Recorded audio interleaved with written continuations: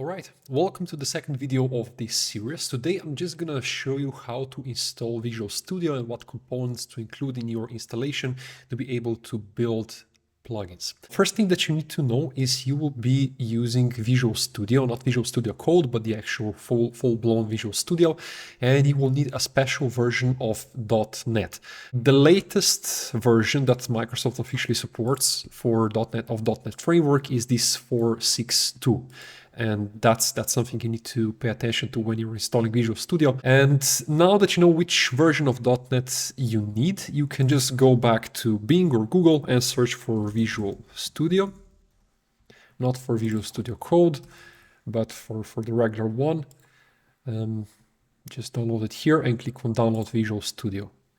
Now, this will just start this installation, and this will install what's called Visual Studio Community version. So after these downloads, just run this file, and now I click continue. And now that that's done, you have this installer here, and just make sure to click on this .NET Desktop Development. Just put a check in here, and then go to individual components, and from the list, make sure to select .NET Framework 4.6.2 SDK and 4.6.2 targeting pack.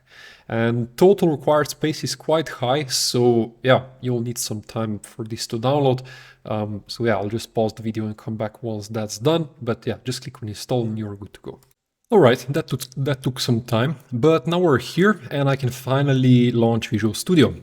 So if I click launch, I am asked to sign in. If you have an account, you are free to sign in here. I'll just click skip this for now. And of course, you can choose the dark theme. All right, so that's your Visual Studio. Now you can go ahead and try it out. If it works, click on create a new project. And in here, you have a couple of options. Now, when you see an option that says C#, Linux, macOS, Windows console, that's not what you want. That's the newest .NET. You want the other not console app, but you actually need class library. So you can search for class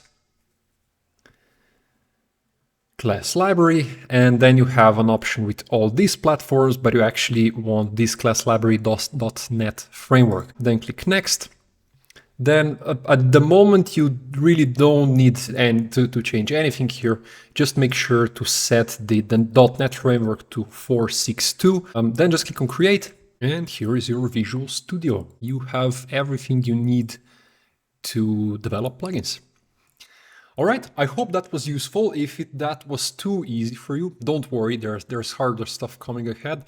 But yeah, that was really the basic installation of Visual Studio, just enough to get the plugins running. And in the next tutorial, I'll see what it will be, but we'll probably install some more tools, and then hopefully soon we'll get to the actual coding. So stay tuned, have a nice day. I'm Loro, and it was so nice to meet you, and see you soon. Cheers, bye.